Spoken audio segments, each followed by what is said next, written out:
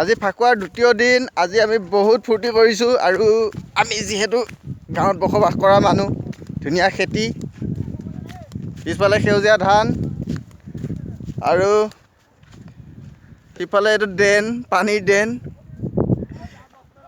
হাই, পিছফালে আছে মোৰ ভাস্কৰ। বহুত ভাল লাগিছে আজি। মৰিগাঁৱলৈ গৈছোঁ ফাকুৱা খেলিবলৈ। তাতো গ'লোঁ আৰু 2-3 ঘৰমান মানুহৰ ঘৰত, নিজৰ আপোন মানুহ। ফাকুৱা খেলিলোঁ, বহুত ভাল লাগিল তাতো। এতিয়া লগৰবোৰ চবে গা ধুই আছে দূৰত, ওচৰত যাব নোৱাৰি, পৰিস্থিতি বহুত বেয়া সিহঁতৰ।